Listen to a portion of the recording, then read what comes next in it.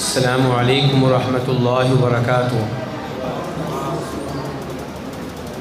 الحمد للہ رب العالمین والصلاة والسلام علی نبینا محمد وعلی آلہ وصحبہ اجمعین، اما بعد۔ اعتکاف کے لیے آنے والے بھائیوں کو اہلاً و سہلاً و مرحبا کہتا ہوں۔ خوش نصیب ہیں آپ لوگ کہ اللہ رب العزت نے آپ کو موقع دیا ہے کہ آپ 10 دن اور 10 راتیں اس عظیم مسجد میں گزاریں گے، بہت سے گناہوں سے محفوظ رہیں گے، بہت سی نیکیاں کمانے کا موقع ملے گا، بہت سے دروس سننے کا موقع ملے گا، بہت سی علمی باتیں سننے کا موقع ملے گا، قرآن کریم کی کئی آیات کی تفسیر سننے کا موقع ملے گا، آپ کی بہت سی غلطیوں کی اصلاح ہوگی، اور انشاءاللہ اس اعتکاف کے ذریعے آپ اللہ رب العزت کے بہت قریب ہو جائیں گے۔ آج 20واں پارہ ہے، اور 20ویں پارے کے شروع میں جو سورت ہے وہ سورہ نمل ہے، اس کے بعد سورہ قصص ہے، اس کے بعد سورہ عنکبوت ہے۔ تو سورہ نمل کی آیت نمبر 62، اس میں اللہ تعالیٰ ارشاد فرماتے ہیں: اَمَّن يُجِيبُ الْمُضْطَرَّ إِذَا دَعَاهُ وَيَكْشِفُ السُّوءَ وَيَجْعَلُكُمْ خُلَفَاءَ الْأَرْضِ أَإِلَٰهٌ مَّعَ اللَّهِ قَلِيلًا مَّا تَذَكَّرُونَ، کہ اللہ رب العزت بہتر ہیں یا وہ جن کو یہ اللہ تعالیٰ کا شریک بناتے ہیں؟ یہ اللہ رب العزت نے سوال کیا۔ اس سوال کرنے کے بعد اللہ رب العزت کہتے ہیں: اَمَّن يُجِيبُ الْمُضْطَرَّ، کہ وہ جو مجبور کی دعا کو قبول کرتا ہے، لاچار بے بس انسان کی آواز کو، دعا کو، پکار کو سنتا ہے، وَيَكْشِفُ السُّوءَ، اور مصیبتوں کو، تکلیفوں کو دور کرتا ہے، وَيَجْعَلُكُمْ خُلَفَاءَ الْأَرْضِ، اور تمہیں زمین میں خلیفہ بناتا ہے۔ یعنی کہ یہ اللہ بہتر ہے یا وہ بہتر ہیں جن کو یہ اللہ کا شریک بناتے ہیں؟ یقیناً یہ اللہ بہتر ہے۔ اَإِلَٰهٌ مَّعَ اللَّهِ، کیا اللہ کے ساتھ کو اور بھی معبود ہے جو یہ کام کرتا ہو؟ یہ کام تو اور نہیں کرتا۔ تو جب یہ کام کرنے والا ایک اللہ ہے تو ہر عبادت کے لائق وہی ایک اللہ ہے، ہر سجدے کے لائق وہی ایک اللہ ہے، ہر رکوع کے لائق وہی ایک اللہ ہے، لیکن قلیلا ما تذکرون، بہت کم تم نصیحت حاصل کرتے ہو۔ اس کا کیا مطلب ہے کہ اللہ تمہیں زمین میں خلیفہ بناتا ہے؟ اس کا ایک مطلب یہ ہو سکتا ہے کہ آج کچھ لوگ اس زمین پہ موجود ہیں، حیات ہیں، میں اور آپ، اور کل ہم نہیں ہوں گے، ہماری جگہ پہ کوئی اور ہوگا۔ میرے گھر میں میرا بیٹا ہوگا، اس کے بعد پوتا ہوگا، آپ کے گھر میں آپ کا بیٹا ہوگا، اس کے بعد پوتا ہوگا، تو ایک کے بعد دوسرا، تیسرا، چوتھا انسان۔ اللہ نے سب انسانوں کو ایک بار پیدا نہیں کیا، بلکہ باری باری دنیا میں آ رہے ہیں اور جا رہے ہیں۔ ماشاءاللہ۔ دوسرا اس کا مطلب یہ ہو سکتا ہے کہ حکومت کے اعتبار سے آج کچھ لوگ حکمران ہیں، کل کو یہ نہیں ہوں گے، کوئی اور حکمران ہوگا، تو ایک کے بعد دوسرا، دوسرے کے بعد تیسرا، اس طرح یہ حکمرانی کا سلسلہ چل رہا ہے۔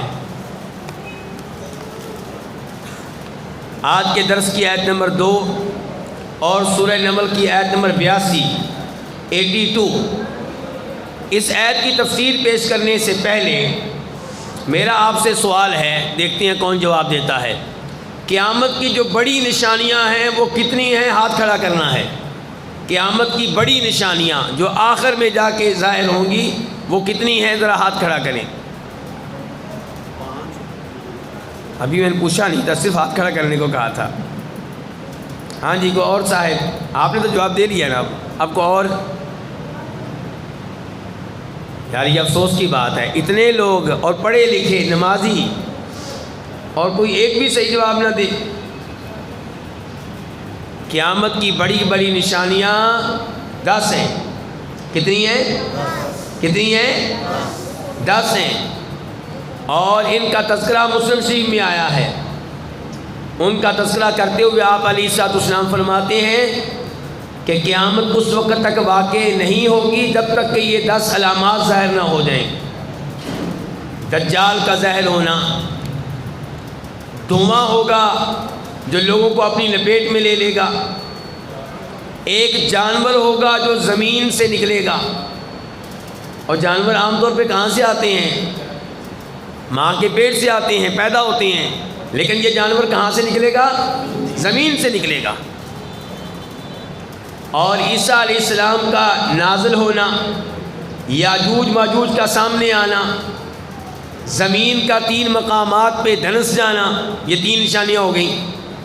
اور آگ ہوگی جو یمن سے نکلے گی اور لوگوں کو بھگاتے ہوئے ارض محشر کی طرف لے جائے گی. تو یہ 10 بڑی بڑی نشانیاں ہیں. ان میں سے ایک نشانی کا تذکرہ اس آیت میں ہونے لگا ہے جو ابھی میں آپ کے سامنے رکھنے لگا ہوں. وَإِذَا وَقَعَ الْقَوْلُ عَلَيْهِمْ أَخْرَجْنَا لَهُمْ دَابَّةً مِّنَ الْأَرْضِ تُكَلِّمُهُمْ أَنَّ النَّاسَ كَانُوا بِآيَاتِنَا لَا يُوقِنُونَ. کہ جب اللہ کا قول ان پہ ثابت ہو جائے گا، جب قیامت کا آنا ٹھہر جائے گا، تو ہم ان کے لیے زمین سے ایک انوکھا عجیب و غریب جانور نکالیں گے. وہ جانور کیا کرے گا؟ تکلمہم، انسانوں سے کلام کرے گا، گفتگو کرے گا، باتیں کرے گا. اور یہ کہے گا کہ ان الناس کانوا بآیاتنا لا یوقنون، کہ لوگ اللہ تعالیٰ کی آیتوں پہ یقین نہیں رکھتے تھے. یا اللہ اس جانور کو اس لیے نکالیں گے، اس لیے ظاہر کریں گے کہ لوگ ہماری آیتوں پہ یقین نہیں رکھتے تھے. تو اس آیت سے پتہ چلا کہ ایک جانور زمین سے نکلے گا، لوگوں سے کلام کرے گا. اور اس کی تائید احادیث سے بھی ہوتی ہے. مثال کے طور پہ ایک وہ حدیث ہے جسے امام احمد اپنی مسند میں روایت کرتے ہیں کہ زمین سے جو جانور نکلے گا لوگوں سے کلام کرے گا، بلکہ لوگوں کے جو ناک کے بانسے ہیں وہاں پہ نشانیاں لگائے گا. اور نشانی لگے ہوئے انسان بہت زیادہ ہو جائیں گے، حتیٰ کہ ایک آدمی کسی دوسرے سے اون خریدے گا، اس سے پوچھا جائے گا کس سے اون خریدا ہے؟ کہتا ہے جن لوگوں کے چہروں پہ نشان لگے ہوئے ہیں ان میں سے ایک آدمی سے خریدا ہے. تو یہ قیامت کی نشانیوں میں سے ایک نشانی ہوگی. اور اس سے پتہ چلا اللہ ہر چیز پہ قادر ہے. اگر اللہ مجھے اور آپ کو بولنے کی قوت دے سکتا ہے تو جانور کو بھی دے سکتا ہے. اس کے لیے کیا مشکل ہے؟ یہ بڑی بات میرے لحاظ سے ہوگی، آپ کے لحاظ سے، اللہ کے لحاظ سے کوئی بڑی بات نہیں ہے.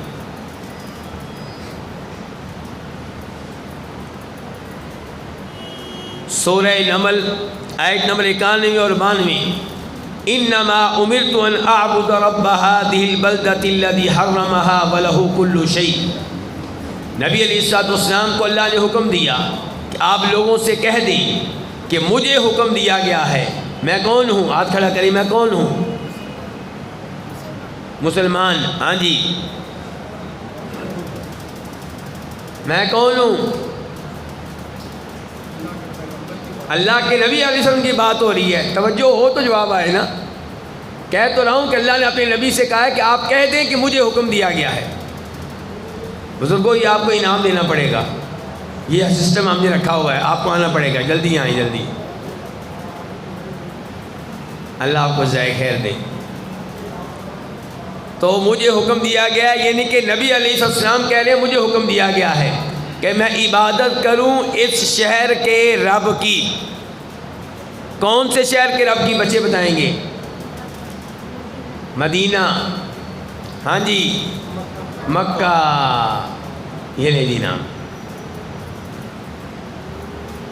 تو مجھے حکم دیا گیا اس شہر کے رب کی عبادت کروں جس شہر کو اللہ نے حرم قرار دیا ہے، مقدس قرار دیا ہے. وَلَهُ كُلُّ شَيْءٍ، وہ اللہ صرف مکہ کا نہیں ہر چیز کا مالک ہے. وَأُمِرْتُ أَنْ أَكُونَ مِنَ الْمُسْلِمِينَ، اور دوسرا حکم مجھے یہ ملا ہے کہ میں اللہ کے فرما بردار بندوں میں سے ایک بن جاؤں. تیسرا حکم یہ ملا ہے وَأَنْ أَتْلُوَ الْقُرْآنَ، میں قرآن کی تلاوت کیا کروں. اللہ کے نبی کو حکم ملا کہ قرآن کی کیا کریں، اور جو حکم اللہ کے نبی کے لیے ہے وہی حکم میرے اور آپ کے لیے ہے۔ فمن اہتدی فانما یہتدی لنفسی، جو ان چیزوں پہ عمل کرے ہدایت پائے اس کا فائدہ اسی کو ہوگا۔ ومن ضل، جو یہ ہدایت نہ لے، ان تعلیمات پہ عمل نہ کرے، تو نبی علیہ الصلوۃ والسلام سے کہا کہ آپ کو پریشان ہونے کی ضرورت نہیں، آپ کا کام پیغام دے دینا، وارننگ دے دینا، ڈرا دینا ہے، حساب لینا ہمارے ذمے ہے۔ سورہ قصص آیت نمبر 15 اور آج کے درس کی آیت نمبر 4 تذکرہ ہو رہا ہے موسیٰ علیہ السلام کا کہ وَدَخَلَ الْمَدِينَةَ عَلَى حِينِ غَفْلَةٍ مِّنْ أَهْلِهَا، موسیٰ علیہ السلام فرعون کے محلات میں جوان ہوئے اور ایک دن محلات سے نکل کے شہر میں آئے۔ اس وقت آئے جب لوگ غفلت میں ہوتے ہیں۔ لوگ غفلت میں کب ہوتے ہیں جی؟ دوپہر کے وقت، صحیح کہا، یا صبح یا رات کو جب سو جاتے ہیں۔ تو موسیٰ علیہ السلام ان اوقات میں سے کسی وقت آئے، زیادہ امید ہے کہ دوپہر کے وقت۔ فَوَجَدَ فِيهَا رَجُلَيْنِ يَقْتَتِلَانِ، دیکھا دو آدمی آپس میں لڑ رہے ہیں۔ هَذَا مِنْ شِيَعَتِهِ وَهَذَا مِنْ عَدُوِّهِ، ایک موسیٰ علیہ السلام کی قوم سے ہے اور ایک موسیٰ علیہ السلام کی دشمن قوم سے ہے۔ موسیٰ علیہ السلام کی قوم کا نام کون بتائے گا؟ ہاتھ کھڑا کریں جی۔ بنی اسرائیل۔ آپ کو انعام لینے کے لیے آنا پڑے گا، یہ یہاں پہ سسٹم ہے۔ جاؤ بیٹا دے کر آئیں انعام، دکھتا ہے آپ کو کیا کہا تھا صبح؟ دہیں ہاتھ سے چلیں دے کر آئیں۔ اچھا، موسیٰ علیہ السلام کی دشمن قوم کا نام کون بتائے گا؟ ہاتھ کھڑا کریں۔ موسیٰ علیہ السلام کی دشمن قوم جی فرعون۔ قوم کا نام نہیں بتائیں نا، قوم سمود نہیں بیٹا، قبطی۔ کون تھے؟ قبطی۔ تو ایک بنی اسرائیل میں سے ہے اور ایک قبطی ہے، دونوں لڑ رہے ہیں۔ تو کیا ہوا؟ فَاسْتَغَاثَهُ الَّذِي مِنْ شِيعَتِهِ الَّذِي مِنْ عَدُوِّهِ، جو آدمی موسیٰ علیہ السلام کی قوم سے تھا، بنی اسرائیل میں سے تھا، اس نے موسیٰ علیہ السلام سے مدد مانگی، موسیٰ علیہ السلام سے فریاد کی اس آدمی کے خلاف جو دشمن تھا۔ تو پتہ چلا کہ نبی موسیٰ علیہ السلام سے ان کی قوم کے آدمی نے کیا مانگی ہے؟ مدد مانگی ہے۔ اور آج کل کئی لوگ کہتے ہیں کہ نبیوں سے مدد مانگے تو شرک ہو جاتا ہے۔ قرآن میں کیا ہے؟ قرآن میں کیا آیا ہے کہ اس آدمی نے مدد کس سے مانگی ہے؟ موسیٰ علیہ السلام سے۔ موسیٰ علیہ السلام رب ہیں کہ غیر رب ہیں؟ غیر اللہ ہے نا، تو مدد مانگنے والے نے مدد مانگی، تو پتہ چلا کہ نبیوں سے مدد مانگی جا سکتی ہے۔ تو یا رسول اللہ مدد کا نعرہ نہیں، میں نے قرآن سے دلیل دے دی، آپ پھر بھی کہتے ہیں نہیں۔ ہاں، اللہ آپ کو جزائے خیر دے، اللہ آپ کو جزائے خیر دے۔ یہ انعام لے آپ جو اتقاء والے نئے آ رہے ہیں نا، ہمارا انعام نہ لے کر ہماری بےزتی کر رہے ہیں، ٹھیک ہے؟ یعنی کہ آپ کو کوئی آدمی انعام دے، آپ کہتے ہیں میں نہیں لوں گا، یہ تو بری بات ہے۔ چاہے انعام ہمارا حقیر سا ہے، 50 روپے ہے، لیکن چائے کی پیالی تو آئی جاتی ہے۔ چلیں دیکھیں، مسئلہ دھیان سے سمجھیں۔ یہ میں نے بات اس لیے کی ہے کہ لوگ مغالطہ دیتے ہیں، زندہ نبی ہوں، ولی ہوں یا عام انسان ہو، میں اپنی بیگم سے مدد مانگتا ہوں، بیگم مجھے پانی ڈال کے دو، مجھے چائے بنا کر دو۔ ہر آدمی دوسرے انسان سے مدد مانگتا ہے، اس کو شرک نہیں کہتے۔ شرک یہ ہے کہ کسی سے آپ ویسے مدد مانگیں جیسے اللہ سے مانگی جاتی ہے۔ اور اللہ سے کیسے مانگی جاتی ہے؟ کہ اللہ میرے سامنے نہیں ہے، مجھے نظر نہیں آ رہا، اور میں اللہ سے دعا کرتا ہوں، میرا عقیدہ ہے کہ اللہ مجھے نظر نہیں آ رہا لیکن اللہ مجھے دیکھ رہا ہے، اللہ میری آواز کو سن رہا ہے، اللہ میری مجبوریوں کو جانتا ہے، اللہ میری مشکل کو دور کرنے پہ قادر ہے۔ تو جب آپ قبر والے کو پکارتے ہیں تو اللہ نے تو کہا کہ وہ مر گیا، اللہ نے کہا کہ وہ قبر میں چلا گیا، اللہ نے کہا کہ آپ قبر والے کو نہیں سنا سکتے، اللہ نے کہا جو فوت ہو گیا اس تک آپ کی بات نہیں جاتی، اور آپ اس کو پھر بھی پکارتے ہیں، اس کا مطلب یہ ہے کہ آپ سمجھتے ہیں کہ اللہ کی طرح قبر والا بھی مجھے دیکھ رہا ہے، میری آواز کو سن رہا ہے، میری مشکلات کو جانتا ہے، میری مشکل کو حل کرنے پہ قادر ہے۔ آپ نے تو اسے اللہ سے ملا دیا۔ اور سمجھائی کہ نہیں آئی؟ لیکن جب میں بیگم سے کہتا ہوں چائے بنا دو تو اس میں کوئی بڑی بات نہیں ہے، وہ زندہ ہے اور اس کو اللہ نے چائے بنانے کی قوت دی ہے۔ لیکن قبر والے کے بارے میں اللہ تو یہ کہے کہ اموات غیر احیاء، فوت ہو گئے، زندہ نہیں ہیں اور وہ تمہاری آواز نہیں سنتے، وَهُمْ عَنْ دُعَائِهِمْ غَافِلُونَ، تمہاری دعا سے، پکار سے غافل، بے خبر، لا علم۔ اور آپ کہیں نہیں، وہ جناب والا لوح محفوظ بھی پڑھ لیتے ہیں، وہ فرشتوں سے روحوں کی تھیلیاں بھی چھین لیتے ہیں، اور وہ جناب والا اگر میں نے ان کو ناراض کر دیا میری بھینس کا دودھ بھی خشک کر سکتے ہیں، یہ تو آپ نے ان کو رب بنا دیا ہے، تو یہ کام جائز نہیں ہے۔ تو موسیٰ علیہ السلام سے اس آدمی نے مدد مانگی، موسیٰ علیہ السلام نے اس کی بات مان کے دشمن آدمی کو گھونسا دے مارا، مکہ دے مارا، فقضا علیہ، بندہ مر گیا۔ اب موسیٰ علیہ السلام پریشان، یہ کیا، میں نے مارنے کا تو ارادہ ہی نہیں کیا تھا۔ قال ھذا من عمل الشیطان، کہنے لگے یہ شیطان کا عمل ہے، انہ عدو مضل مبین، یقیناً شیطان انسانوں کا دشمن ہے، گمراہ کرنے والا ہے۔ اب موسیٰ علیہ السلام نے کیا کہا؟ قال رب انی ظلمت نفسی، اے اللہ میں اپنے اوپر ظلم کر بیٹھا ہوں، فاغفر لی، مجھے بخش دے، فغفر لہ، اللہ نے معاف کر دیا، انہ هو الغفور الرحیم، یقین اللہ بہت بخشنے والا، بڑا مہربان ہے۔ اس سے یہ بھی پتہ چلا کہ نبی ہر وقت اللہ سے معافیاں مانگتے رہتے تھے، اللہ سے توبہ کرتے رہتے تھے، اللہ سے دعائیں کرتے رہتے تھے، اور میں اور آپ بھی کرتے ہیں، یہ سارا زور ڈاکٹروں کے پاس جانے پہ ہے۔ اللہ سے دعائیں کریں، علاج بھی ہے دعا اور عبادت بھی ہے۔ آج کے درس کی آیت نمبر 6، 7، 8، 9، 10، 11 تک جائیں گے۔ موسیٰ علیہ السلام کا تذکرہ ہو رہا ہے، بندہ مر گیا، اب موسیٰ علیہ السلام کو گرفتار کرنے کے آرڈر جاری ہو گئے۔ موسیٰ علیہ السلام تک کسی نے رپورٹ پہنچا دی کہ آپ کو گرفتار کیا جا رہا ہے، نکل جائیں، بھاگ جائیں یہاں سے۔ تو موسیٰ علیہ السلام مصر سے نکل کے کس شہر میں آئے؟ جو بتا سکتے ہاتھ کھڑا کریں۔ میں صرف کہا تھا ہاتھ کھڑا کرنا ہے، لیکن اب انعام تو ہمارا ضائع ہو گیا۔ چلیں، جواب ٹھیک ہے بہرحال، لیکن انعام میرا ضائع ہو گیا۔ چلیں، تو مصر سے بھاگ کے کہاں آ گئے؟ مدین۔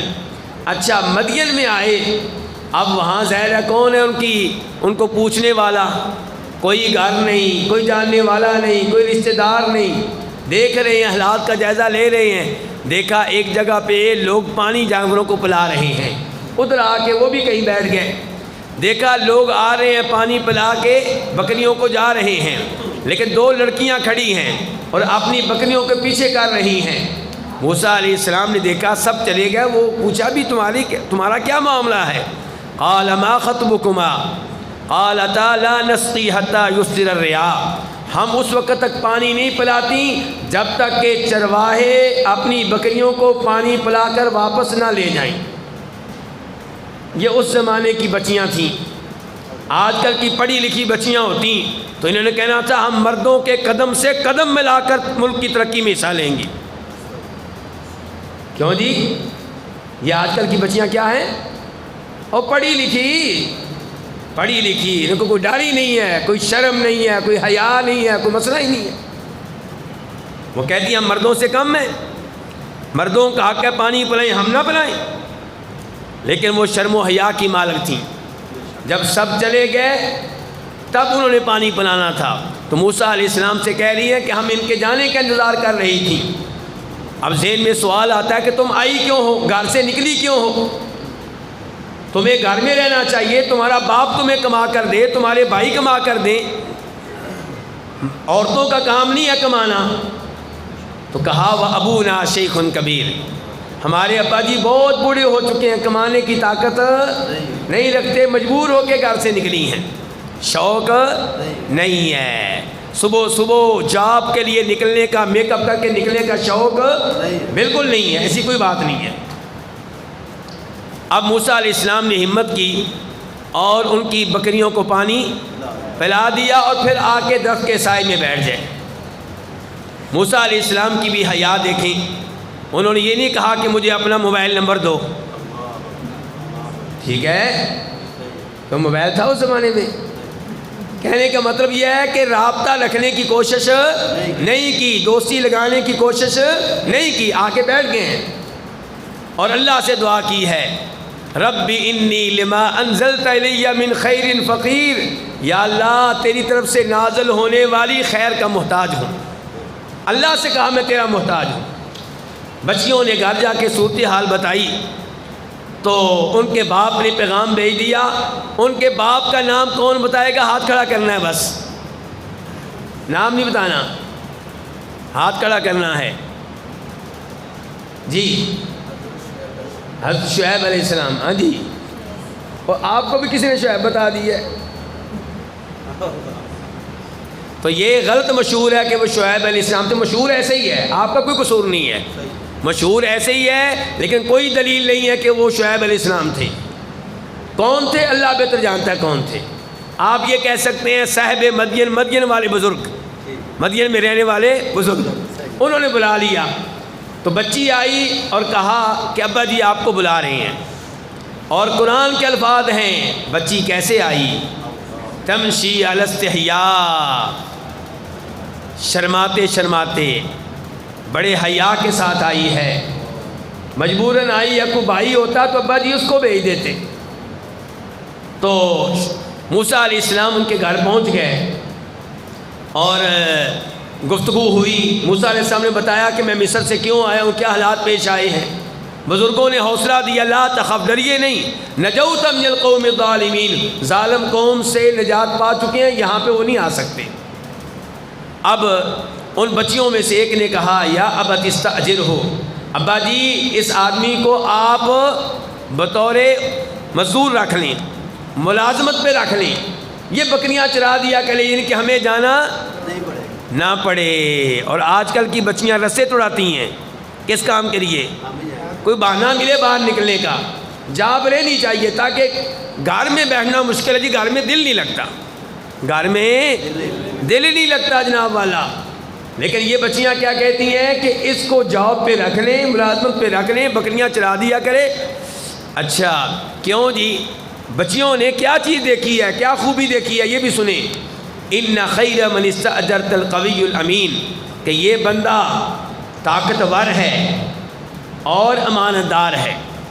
کسی کو جاب پہ رکھنا ہو، ملازمت دینی ہو، وزیر بنانا ہو، بادشاہ بنانا ہو، وزیر اعظم بنانا ہو، کتنی چیزیں دیکھنی چاہیے؟ دو. ایک تو مسلمان ہو، وہ تو ہے ہی ہے نا. اس کے بعد نمبر ایک قوی، جو کام کروانا ہے اس کی صلاحیت رکھتا ہو، جس جاب پہ رکھنا ہے اس جاب کے بارے میں معلومات رکھتا ہو، اس کام کا ہنر جانتا ہو. نمبر دو الامین، امانت دار ہو. آج کل کیا ہے، جو امانت دار ہیں انہیں کام کرنا نہیں آتا، جنہیں کام کرنا آتا ہے وہ خیانت کرنے والے، لوٹنے والے، کرپشن کرنے والے، رشوت لینے والے. تو بہرحال یہ بڑی اہم معلومات جو ہمیں ملی ہیں. اور یہاں سے ایک اور مسئلہ ذہن میں رکھیے گا، ہمیں بڑا گمراہ کر دیا گیا ہے. کیا کہتے ہیں؟ کہتے ہیں فلاں وزیر اعظم غلط ہے. کیوں؟ اس نے جناب اپنے بیٹے کو یہ عہدہ دے دیا، بیٹی کو یہ دے دیا، فلاں کو یہ دے دیا، فلاں کو یہ دے دیا. حتیٰ کہ کہتے ہیں مسجد کے مولوی صاحب نے کیا کیا ہوا ہے، نائب خطیب بھی اپنے بیٹے کو ہی بنا لیا ہے. یعنی کہ رشتہ دار کو عہدہ دینا مسئلہ بن چکا ہے، شریعت میں کوئی مسئلہ نہیں ہے. بس یہ معیار ہے، کیا؟ صلاحیت رکھتا ہو اور امانت دار ہو. رشتہ دار ہونا جرم، رشتہ دار ہونا جرم نہیں ہے. اگر کسی خلیفہ نے اپنے رشتہ داروں کو گوندل بنایا ہے تو کوئی جرم نہیں کیا. رشتہ دار کو حکومت دینا کوئی جرم نہیں ہے، بلکہ اگر آپ میرے جیسے کسی فقیر کو عہدہ دیں گے تو میری کوشش ہوگی کہ میں اپنے سگے بھائی کو اپنے ماتحت بنا لوں، اگر وہ صلاحیت رکھتا ہے تو۔ کیونکہ میں اس کے اوپر آرڈر چلا سکتا ہوں، سختی بھی کر سکتا ہوں۔ آپ کو میں نے اپنا نائب بنایا، سختی کی تو آپ نے مجھے آنکھیں دکھانی ہے، اور سمجھائی کہ نہیں آئی؟ تو اس لیے یہ کوئی جرم نہیں ہے۔ اس کے بعد سورہ قصص کی آیت نمبر 56، اِنَّكَ لَا تَهْدِي مَنْ أَحْبَبْتَ وَلَكِنَّ اللَّهَ يَهْدِي مَن يَشَاءُ وَهُوَ أَعْلَمُ بِالْمُهْتَدِينَ۔ میرے بھائی دھیان سے، عقیدہ، مشکل کشا کون؟ ایک اللہ۔ حاجت روا کون؟ ایک اللہ۔ غوث اعظم کون؟ ایک اللہ۔ داتا کون؟ ایک اللہ۔ انبیاء کرام علیہ السلام تمام انسانوں میں سب سے افضل، سب سے اعلیٰ، سب سے مقدس، سب سے محترم۔ ہم الحمدللہ تمام نبیوں سے محبت کرتے ہیں، اور نبی علیہ السلام سے سب سے بڑھ کر محبت کرتے ہیں، لیکن مشکل کشا حاجت روا ایک اللہ ہے۔ اور یہ صرف میرا عقیدہ نہیں، یہ قرآن کا عقیدہ ہے۔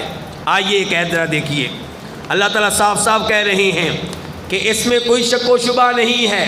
لا تہدی، اے اللہ کے نبی آپ اس کو ہدایت نہیں دے سکتے، من احببتا، جس کو آپ چاہیں، ولیکن اللہ یہدی من یشاء، لیکن اللہ ہدایت دیتا ہے جس کو چاہتا ہے۔ اللہ نے بتا دیا ہدایت کے مالک آپ، ہدایت کا مالک کون ہے؟ اچھا، تو ایک اور جگہ پہ تو اللہ نے کہا ہے وَإِنَّكَ لَتَهْدِي إِلَىٰ صِرَاطٍ مُسْتَقِيمٍ، کہ اے اللہ کے نبی ہدایت آپ بھی دیتے ہیں۔ لو جی، قرآن میں ایک جگہ آ گیا کہ اللہ کے نبی ہدایت دیتے ہیں، ایک جگہ آ گیا ہدایت نہیں دے سکتے۔ اب کون سی آیت ماننی ہے؟ دونوں ہی ماننی ہے۔ ہدایت دے سکتے ہیں، نہیں دے سکتے، دونوں ہی چل جائیں گی۔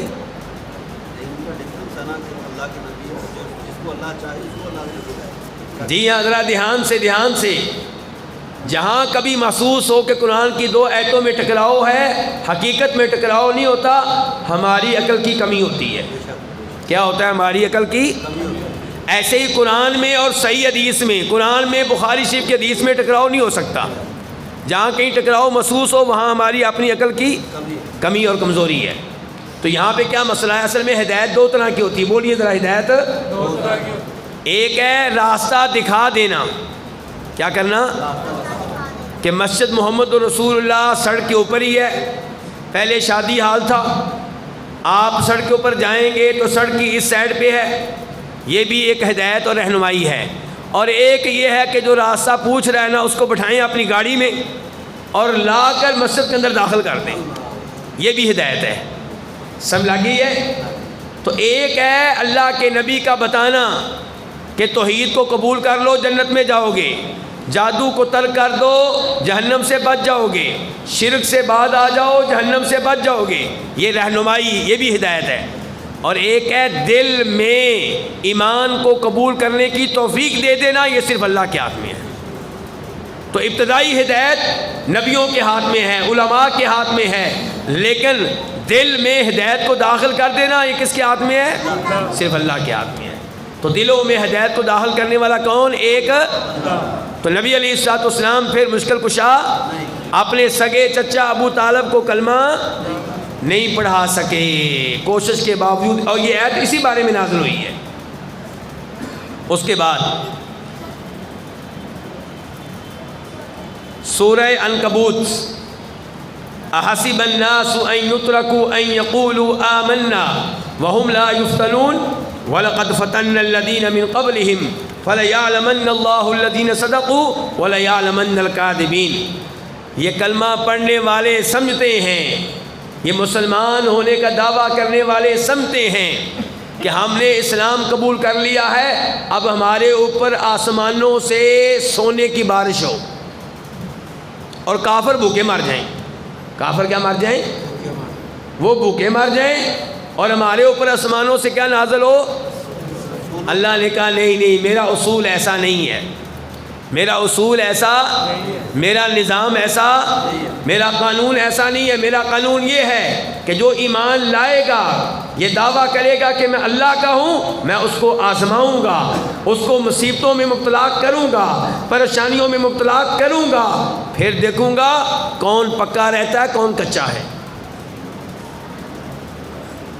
اللہ کہتے ہیں وَلَقَدْ فَتَنَّا الَّذِينَ مِن قَبْلِهِمْ، ہم نے پہلے لوگوں کو بھی آزمایا تھا، بڑی بڑی مشکلات میں مبتلا کیا تاکہ پتہ چل جائے سچا کون ہے جھوٹا کون ہے۔ تو میرے بھائی یہ اللہ کا طریقہ ہے۔ اس لیے اگر نمازیں پڑھنے کے باوجود، توحید پہ ہونے کے باوجود، گناہوں سے بچنے کے باوجود مصیبتیں آئیں تو پریشان نہیں ہونا، صبر کرنا ہے۔ اللہ تعالیٰ آپ کا صبر آزما رہا ہے، جب آپ صبر کریں گے تو آپ اللہ کی جنت کے وارث بن جائیں گے۔ ہو سکتا ہے اللہ تعالیٰ آپ کے جنت میں جانے کے اسباب کو مضبوط کر رہا ہو، جہنم سے آپ کو دور کر رہا ہو ان مصائب کے ذریعے، ان پریشانیوں کے ذریعے۔ اللہ رب العزت سے دعا ہے کہ اللہ تعالی ہمیں قرآن حکیم سمجھنے کی اور اس پہ عمل پیرا ہونے کی توفیق عنایت فرمائے، اور اللہ تعالی ہمیں رمضان کے اس آخری عشرے میں خوب اپنی عبادت کرنے کی توفیق دے۔ وصلی اللہ تعالی علی نبینا محمد وعلی آلہ وصحبہ اجمعین۔